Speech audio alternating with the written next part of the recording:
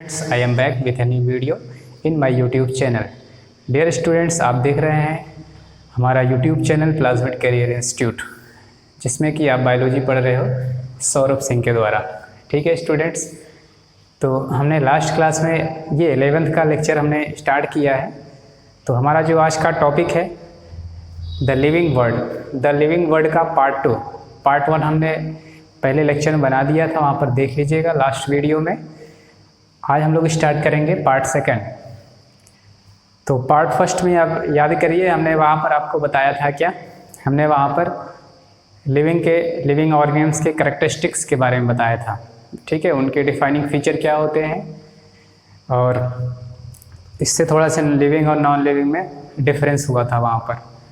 तो आज हम स्टार्ट करेंगे, हमारा जो आज का हेडिंग है diversity in the living world. Diversity means हमने आपको लास्ट में भी बताया था, डाइवर्सिटी मीन्स होता है वैरायटी। ठीक है, तो देखिए हमने इसको डिफाइन किया, all the different kinds of plant animals और ऑर्गेनिजम्स रिप्रेजेंट ए स्पीसीज। तो डिफरेंट टाइप्स के आपको हमारे नेचर में जो दिखता है, प्लांट्स हो गए, एनिमल्स हो गए, ठीक है, या ऑर्गेनिजम्स, ये सभी प्लांट्स या एनिमल्स ये किसको रिप्रेजेंट करता है, एक स्पीसीज को रिप्रेजेंट करता है। ठीक है, जैसे हम लोग क्या है, एक स्पीसीज है। ठीक है, गाय भैंस क्या है, एक, ठीक है, ये सब सारे क्या हैं, ये स्पीसीज हैं। डिफरेंट काइंड्स के आपको जो प्लांट दिखता है, नीम हो गया, मैंगो हो गया, बनाना हो गया, ठीक है, गुआवा हो गया, ये सब सारे क्या हैं, डिफरेंट टाइप्स का स्पीसीज हो गया। ठीक है, टोटल नंबर ऑफ स्पीसीज, हमारे अर्थ पे जो टोटल नंबर ऑफ स्पीसीज अभी तक जो नोन है, approx 1.7 to 1.8 million species known है। मतलब इतने स्पीसीज की डिस्कवरी हो चुकी है, इनको आइडेंटिफाई कर दिया गया है, इनको क्लासिफाई कर दिया गया है, इनका नेमिंग कर दिया गया है। ठीक है, क्वेश्चन यहाँ से भी बनता है, ठीक है, हमारे अर्थ पे कितने स्पीसीज हैं, हमारे अर्थ की डाइवर्सिटी क्या है। तो ऐसे कंफ्यूज करने के लिए वहाँ पर देता है, आप याद रखिए 1.7 to 1.8 मिलियन, ऑप्शन में बिलियन भी रहता है, लाख भी रहता है। ठीक है, तो थोड़ा सा इसको ध्यान रखिएगा, 1.7 to 1.8 मिलियन इतने नंबर में स्पीसीज हमारे अर्थ पे क्या है, अवेलेबल है, नोन है। तो इसी बात को, इसी डिफरेंट टाइप ऑफ स्पीसीज को, ये जो डिफरेंट टाइप के स्पीसीज हैं, डिफरेंट टाइप के ऑर्गेनिज्म है, इसी को हम लोग क्या बोलते हैं, बायोडाइवर्सिटी बोलते हैं, या नंबर ऑफ ऑर्गेनिजम्स बोलते हैं। ये क्या है, बायोडाइवर्सिटी। तो हमारे अर्थ पे बायोडाइवर्सिटी पूछा जाए तो कितना होता है, तो आप 1.7 to 1.8 मिलियन बताओगे। Is it okay? ठीक है, तो नेक्स्ट हेडिंग है सिस्टमेटिक। सिस्टमेटिक क्या है, this is the branch of biology which deals with the study of identification, naming and orderly grouping. तो सिस्टमेटिक क्या है, किसी भी ऑर्गेनिज्म, कोई भी, जैसे कोई ऑर्गेनिज्म अभी कोई ऑर्गेनिज्म हमको मिला है, तो उस ऑर्गेनिज्म को हम लोग क्या करेंगे स्टूडेंट्स, आइडेंटिफाई करेंगे। ठीक है, उसके कैरेक्टर के बेसिस पर उसको आइडेंटिफाई करेंगे, फिर उसका कुछ नेम देंगे ताकि उसको आइडेंटिफाई रहे, उसका नेम हमेशा याद रहे। ठीक है, और उसके बाद क्या करते हैं हम लोग, उसको ऑर्डरली ग्रुपिंग, मतलब उसके कैरेक्टरिस्टिक्स के बेसिस पर, उसका किस टाइप का कैरेक्टर है, उस टाइप के कैरेक्टर के बेसिस पर हम लोग उसको क्या कर देते हैं, एक ग्रुप में रख देते हैं, उसको क्लासिफाइड कर देते हैं। ऑर्डरली ग्रुपिंग मीन्स उसका हम लोग क्लासिफिकेशन कर देते हैं। ठीक है, on the basis of relationship मतलब यहाँ पर रिलेशनशिप के बेसिस पर उस ऑर्गेनिज्म को क्लासीफाई किया गया है। क्लासीफाई रिलेशनशिप के बेसिस पर मीन्स कि उसका दूसरे ऑर्गेनिज्म के साथ कैसा रिलेशन है, दूसरे ऑर्गेनिज्म से कितना क्लोज है, कितना डिसक्लोज है। ठीक है, इस तरह से हम उसको क्या करते हैं, एक ग्रुप में बना के रखते हैं। इसको इस तरह से समझो स्टूडेंट कि जैसे कोई छोटा बच्चा या कोई भी बच्चा जब नए स्कूल में एडमिशन करने के लिए जाता है, तो वहाँ पर क्या होता है, उसकी कोई टेस्ट वगैरह होता है या उसका इंटरव्यू होता है कि किस क्लास के लायक है ये। तो उसको एग्जामिन करते हैं, उस बच्चे को एग्जामिन करने के बाद जो इसका एग्जामिनेशन जैसा हो, एग्जामिनेशन जिस कैरेक्टर के अनुसार या जिस क्लास के अनुसार उसको वो एग्जामिनेशन में पास होता है, टेस्ट को पास करता है, उसी क्लास में उसको क्या कर देता है, एडमिट कर दिया जाता है उस बच्चे को। बस सेम टू सेम ऐसा ही है यहाँ पर। तो सारे ऑर्गेनिजम्स का ढेर सारे ग्रुप का कैरेक्टर बनाया गया है, जो ऑर्गेनिज्म जिस ग्रुप में फिट हो जाता है, ठीक है, उसी ग्रुप में उस ऑर्गेनिज्म को क्लासिफाइड कर दिया जाता है, मीन्स वहाँ पर रख दिया जाता है उस ग्रुप में। ठीक है, तो हमारा ये जो सिस्टमेटिक वर्ड है, ये सिस्टमेटिक वर्ड लैटिन से लिया गया है, एक लैटिन वर्ड है, ये लैटिन लैंग्वेज से लिया गया है। लैटिन वर्ड किससे लिया गया है, सिस्टेमा से इसको ऑब्टेन किया गया है, जिसका मीन्स होता है systematic arrangement of organisms. Means किसी चीज़ को सिस्टमेटिक तरीके से रखा जाए, ठीक है। जैसे रैक होता है, किसी रैक में होता है, या कोई अलमीरा है, उस अलमीरा में ढेर सारे बुक रख दो, ठीक है। किसी सब्जेक्ट के बुक एक निश्चित रैक में रख दो, दूसरे वाले रैक में कोई दूसरे सब्जेक्ट का बुक रख दो, तीसरे रैक में किसी तीसरे सब्जेक्ट का बुक रख दो। तो उस तरीके से एक मतलब सिस्टमेटिक तरीके से हम लोग अरेंजमेंट करते हैं ऑर्गेनिजम्स को, उसी को क्या बोलते हैं, सिस्टमेटिक्स, ठीक है। और सिस्टमेटिक तरीके से मतलब किसके बेसिस पर, बेसिस क्या बनाया गया है, evolutionary relationship among the organisms, मतलब उसका उस ऑर्गेनिजम्स का दूसरे ऑर्गेनिजम्स के साथ कैसा रिलेशन है, ठीक है। कैसे मतलब किससे वो इवॉल्व हुआ है, उसका इवोल्यूशन कौन से ऑर्गेनिजम से हुआ है, और उस ऑर्गेनिजम से आगे चलकर कौन सा ऑर्गेनिजम इवोल्यूट हुआ है, ठीक है। मतलब कोई ऑर्गेनिजम न्यू ऑर्गेनिजम है तो वो कहाँ से आया है, और उस ऑर्गेनिजम से कौन सा ऑर्गेनिजम बना हुआ है, ठीक है, कौन सा ऑर्गेनिजम इवॉल्व हुआ है। तो इस तरीके से हम लोग उसको क्या करते हैं, ऑर्गेनिजम को अरेंजमेंट करते हैं, ठीक है, on the basis of evolutionary relationship. जैसे कि हम लोग बोलते हैं हम लोगों का किससे इवोल्यूशन हुआ है, हम लोगों का इवोल्यूशन मंकी लोगों से हुआ है, ठीक है। तो उस तरीके से हम लोग मंकी के आगे हम लोगों को रखा गया है, मंकी से एडवांस है हम लोग, ठीक है। तो उस तरीके से क्या करते हैं, उसको सिस्टमेटिक तरीके से अरेंजमेंट करते हैं on the basis of evolutionary relationship, ठीक है। और ये सिस्टमेटिक टर्म किसने दिया था, कैरोलस लिनियस जी ने दिया था, ठीक है, टर्म गिवन बाय लिनियस। अब आते हैं अपना next heading, taxonomy. Taxonomy actually में क्या है, देखिए सिस्टमेटिक मतलब तीनों चीज़ें होता है। सिस्टमेटिक मीन्स यहाँ पर होता है ऑर्गेनिज्म का आइडेंटिफिकेशन, नेमिंग और ऑर्डरली ग्रुपिंग और क्लासिफिकेशन। बट यहाँ पर टैक्सोनॉमी क्या है, टैक्सोनॉमी का सिंपली मीन्स होता है उस ऑर्गेनिज्म को क्या करते हैं हम लोग, क्लासीफाई करते हैं, ठीक है, बेस्ड ऑन डिफरेंट कैरेक्टरिस्टिक्स। तो ऑर्गेनिजम्स को हम लोग उसके कैरेक्टरिस्टिक्स के बेसिस पर क्या करते हैं, ग्रुप वाइज रखते हैं, ग्रुप में रखते हैं, क्लासीफाई करते हैं। और ये टैक्सोनॉमी का जो टर्म है ये किसने दिया था, एपीडी कैंडोली, ठीक है। एपीडी कैंडोल ने ये टैक्सोनॉमी टर्म दिया था। टैक्सोनॉमी स्टूडेंट्स टू टाइप्स का होता है, साइटोटैक्सोनॉमी और कीमोटैक्सोनॉमी।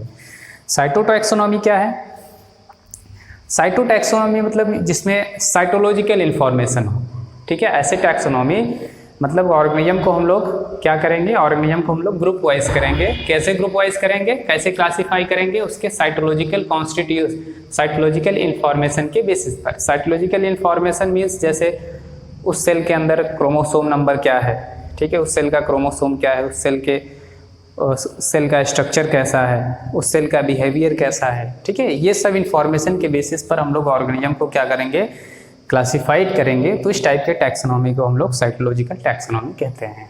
इज इट ओके, ठीक है। अब आते हैं कीमोटैक्सोनॉमी। कीमोटैक्सोनॉमी किस पर बेसिस है, कीमोटैक्सोनॉमी मतलब सेल के केमिकल कॉन्स्टिट्यूएंट पर, मतलब सेल का केमिकल कॉन्स्टिट्यूएंट कैसा है, उसमें टेनिन एल्कोलॉइड्स कैसा है, पॉलीसेकेराइड किस टाइप के हैं, ठीक है, न्यूक्लिक एसिड कैसा है, अमीनो एसिड कौन कौन सा है, किस टाइप का है। तो इस टाइप के जो इन्फॉर्मेशन देता है, इस टाइप के इन्फॉर्मेशन देने वाले ऑर्गेनिजम्स को हम लोग किसके बेसिस पर क्लासीफाइड करते हैं, कीमोटैक्सोनॉमी बेसिस पर क्लासीफाइड करते हैं। या इस तरीके का क्लासिफिकेशन को या इस तरीके की टैक्सोनॉमी को हम लोग बोलते हैं कीमोटैक्सोनॉमी, जिसमें हम लोग केमिकल कॉन्स्टिट्यूएंट को बेसिस मानते हैं, ठीक है। इज इट क्लियर, ठीक है। आते हैं हम लोग नोट कॉपी लिख लीजिए और इसमें सारे पॉइंट्स को नोट करते जाइए, ठीक है, या पॉज करके उसको नोट्स करते जाइए, आप लिखते जाइएगा कॉपी में, आपके लिए बहुत बेटर रहेगा बच्चों, ठीक है। चलिए आते हैं हम लोग नेक्स्ट, हमारा जो हेडिंग है टैक्सोनॉमिक कैटेगरीज। तो टैक्सोनॉमिक कैटेगरीज क्या होता है, जब हम लोग बायोलॉजिकल क्लासिफिकेशन मीन्स या क्लासिफिकेशन बोल सकते हो, चाहे बायोलॉजिकल क्लासिफिकेशन बोलिए, जब क्लासिफिकेशन हम लोग करते हैं तो क्लासिफिकेशन में अलग अलग कैटेगरी बनाई गई है, मीन्स अलग अलग ग्रुप बनाया गया है, ठीक है। उसी डिफरेंट कैटेगरी को या उसी डिफरेंट ग्रुप को ही हम लोग क्या बोलते हैं, उसी डिफरेंट ग्रुप्स को हम लोग बोलते हैं टैक्सोनॉमिक कैटेगरीज, ठीक है। टैक्सोनॉमिक कैटेगरीज बोलिए या बोलिए टैक्सा। टैक्सा एक प्लूरल फॉर्म है, इसका जो सिंगुलर फॉर्म है टैक्सॉन, इसका सिंगुलर फॉर्म है क्या? टैक्सॉन। मतलब किसी एक पर्टिकुलर ग्रुप को हम लोग क्या बोलेंगे? टैक्सॉन बोलेंगे। और group of different different groups को हम लोग मिलाकर बोलेंगे क्या? कैटेगरीज बोलिए या उसको टैक्सा बोलिए। टैक्सा एक प्लूरल फॉर्म है। डिफरेंट कैटेगरी को हम लोग डिफरेंट कैटेगरी को हम लोग मिला के क्या बोलते हैं? टैक्सा बोलते हैं। सिंगल कैटेगरी को क्या बोलेंगे? टैक्सॉन बोलेंगे। ठीक है। टैक्सा और द डिफरेंट ग्रुप्स और कैटेगरी यूज्ड इन क्लासिफिकेशन। 2 बार हो गया है, used in classification. Each taxon represent category और रैंक। क्लासिफिकेशन में जो अलग अलग डिफरेंट ग्रुप है, ठीक है, सभी डिफरेंट ग्रुप को हम लोग कैटेगरी बोल सकते हैं या उसको हम लोग रैंक बोल सकते हैं। ये इस रैंक का ग्रुप है, ये इस रैंक का ग्रुप है। ठीक है। और सबसे पहले ये टैक्सॉन टर्म जो था वो एडोल्फ मायर ने दिया था 1926 में। ठीक है बच्चों। अब हम लोग आते हैं टैक्सोनॉमिक हायरार्की। टैक्सोनॉमिक हायरार्की, सबसे पहले टैक्सोनॉमिक हायरार्की यूज़ किया था किसने? लीनियस ने यूज़ किया था। हालांकि बाद में जो लीनियस ने हायरार्की यूज किया था लेकिन वो ज़्यादा एक्सेप्टेबल नहीं है। ये लीनियस का हायरार्की ज़्यादा चला नहीं था। बाद में दूसरा हायरार्की आया था, उस हायरार्की हम लोग बताते हैं क्या है हायरार्की। देखो यह क्या है hierarchy? It is the arrangement of taxonomic categories. यहाँ पर अभी हमने बताया जो टैक्सोनॉमिक कैटेगरीज होते हैं उसी के अरेंजमेंट को हम लोग क्या बोलते हैं? Taxonomic hierarchy. ठीक है। टैक्सोनॉमिक हायरार्की में कितने कैटेगरी होते हैं? टैक्सोनॉमिक हायरार्की में 7 ऑब्लिगेटरीज कैटेगरीज होते हैं। ठीक है। ये टैक्सोनॉमिक हायरार्की है। ठीक है। इसमें टैक्सोनॉमिक ग्रुप का या टैक्सोनॉमिक कैटेगरी का क्या किया गया है? इसको अरेंज किया गया है, अरेंजमेंट किया गया है। तो सबसे जो लार्जेस्ट ये जो सबसे लार्जेस्ट कैटेगरी है इस हायरार्की का वो क्या है? किंगडम। याद कर लीजिएगा इसको। Kingdom, phylum, class, order, family, genus, species, ये 7 ऑब्लिगेटरी कैटेगरी हैं। जैसे जैसे नीचे की ओर जाएगा ऐसे ऐसे कैटेगरी क्या होता जाएगा? छोटा जो होता जाएगा। मतलब नंबर ऑफ ऑर्गेनिजम्स जैसे जैसे नीचे जाओगे कम होते जाएंगे और जैसे जैसे ऊपर की ओर जाओगे नंबर ऑफ ऑर्गेनिजम्स इंक्रीज होते जाएंगे। क्योंकि ग्रुप मिल गया, जब ग्रुप मिलता है मिल करके क्या होगा? नंबर ऑफ ऑर्गेनिजम्स बढ़ेंगे। जैसे जैसे ऊपर की ओर जाओगे वैसे वैसे क्या होता है? नंबर ऑफ ऑर्गेनिजम भी इंक्रीज होते जाते हैं। ठीक है। इसको याद कर लीजिएगा। याद करने का तरीका यहाँ पर याद कर लीजिएगा। KFC OFGS। ठीक है। KFC आप जानते हो एक रेस्टोरेंट होता है, KFC ऑफ GS। ठीक है। तो K मतलब किंगडम, F मतलब यहाँ पर हमने फाइलम से ले रखा है। ठीक है। और C class, order, family, GS। ठीक है। जीनस और स्पीसीज। तो लोअर से ऊपर की ओर जाएंगे हम लोग, अपर साइड की ओर जाएंगे। फीवर कॉमन कैरेक्टर्स, मतलब कॉमन कैरेक्टर्स क्या होते जाएंगे? कम होते जाएंगे। ठीक है। कहने का मतलब जैसे जैसे हम लोग नीचे से ऊपर की ओर जाएंगे ग्रुप में और ग्रुप के बीच में के जो कॉमन कैरेक्टरिस्टिक्स होते हैं वो क्या होते जाएंगे? घटते जाते हैं। ग्रेटर डिफ़िकल्टी, जैसे जैसे हम लोग नीचे से ऊपर की ओर जाते हैं डिफ़िकल्टी बढ़ती जाती है। डिफ़िकल्टी बढ़ती जाती है मतलब ऑर्गेनिजम्स के स्टडी का डिफ़िकल्टी बढ़ती जाती है। ऑर्गेनिजम्स की क्लासिफिकेशन के डिफ़िकल्टी, उसको ऑर्गेनिजम्स को क्लासीफाई करने की डिफ़िकल्टी क्या होती जाती है? बढ़ती जाती है। ठीक है। नेक्स्ट आता है नंबर ऑफ ऑर्गेनिजम्स क्या होते जाते हैं? इंक्रीज होते जाते हैं। ये हमने बताया है। लोअर से अपर की ओर जाओगे नंबर ऑफ ऑर्गेनिजम्स बढ़ते जाते हैं। तो हम लोग सबका स्टडी करेंगे 1 बाय 1 करके स्टूडेंट्स। तो आते हैं सबसे पहला क्या है? स्पीसीज। तो स्पीसीज देखिए टर्म किसने दिया था? जॉन डे ने दिया था 1693 में। और ये एग्जाम में क्वेश्चन पूछा गया है। It is the smallest lowest basic unit. यहाँ से एग्जाम में पूछा गया actually real basic unit of classification. सभी स्पीसीज का जो स्पीसीज होते हैं उनका कॉमन जीन पूल होता है, मतलब उनका जेनेटिक बनावट एक जैसा होता है। ठीक है। जैसे सारे ह्यूमन, जैसे हम लोग ह्यूमन एक स्पीसीज है तो सारे ह्यूमन का जेनेटिक बनावट लगभग क्या है? एक जैसा है। हमारा जेनेटिक बनावट दूसरे ऑर्गेनिजम्स के जेनेटिक बनावट के साथ अलग अलग, उनका जीन पूल अलग है, हमारा जीन पूल अलग है। तो एक वन स्पीसीज का जो जीन पूल होता है वो क्या होता है? कॉमन होता है। किसी दूसरे स्पीसीज के जीन पूल के साथ मैच नहीं करता है, ठीक है। Each species reproductively isolated. जो स्पीसीज होते हैं स्टूडेंट्स, वो क्या होते हैं, दूसरे स्पीसीज से रिप्रोडक्टिवली आइसोलेटेड होते हैं। मतलब कोई एक स्पीसीज है तो किसी दूसरे स्पीसीज के साथ रिप्रोडक्शन नहीं करता है, ठीक है। फोर्सली करा सकते हैं लेकिन नेचुरली ये रिप्रोडक्शन नहीं करता है, तो इसीलिए हमने बोला है कि reproductively isolated from other species, ठीक है।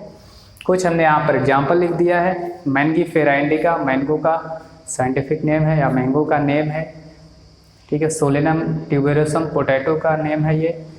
पैंथेरा लियो लायन का नेम है। जब हम लोग कभी भी नाम लिखते हैं, जैसे ये हमने नेम लिखा है, अगर इस स्पीसीज, जैसे ये हमने अभी आगे आपको बाइनोमियल नॉमेनक्लेचर बताएंगे लीनियस का, तो वहाँ पर हमने 2 वर्ड सिस्टम से बताया है कि 2 वर्ड से किसी भी ऑर्गेनियम का नेमिंग करते हैं। तो जो फर्स्ट वर्ड होता है वो किसको रिप्रेजेंट करता है, जीनस को रिप्रेजेंट करता है। सेकेंड वर्ड जो होता है वो स्पीसीज को रिप्रेजेंट करता है। लेकिन कभी भी जब हम लोग स्पीसीज का नाम लिखते हैं तो केवल ऐसे नहीं लिखते, इंडिका ट्यूबेरोसम लियो ऐसे नहीं लिखते हैं, ठीक है। स्पीसीज का जब किसी भी ऑर्गेनियम का जब नाम लिखना होता है तो ऐसे कंप्लीट उसके जीनस के साथ करके लिखते हैं, ओके, ठीक है। अब इसके आगे हम लोग आते हैं, जीनस पे आएंगे। तो आज के लिए डियर स्टूडेंट्स इतना ही। आई होप ये वीडियो आपको अच्छा लगा हो, आपके लिए काफ़ी हेल्पफुल होगा। तो वीडियो आपको अच्छा लगे तो आप लाइक करिए जो स्टूडेंट्स। अगर आपको कुछ डिफ़िकल्टी आती है या कोई चीज़ें समझ नहीं आती होती है तो आप कमेंट पे जाके कमेंट करिए, ठीक है। सब्सक्राइब करिए उसको और शेयर भी करिए अपने दोस्तों के साथ में, काफ़ी हेल्पफुल होगा आपके लिए। ये नोट्स बनाते जाइए स्टूडेंट्स, ठीक है। मिलते हैं नेक्स्ट लेक्चर में, ओके बाय।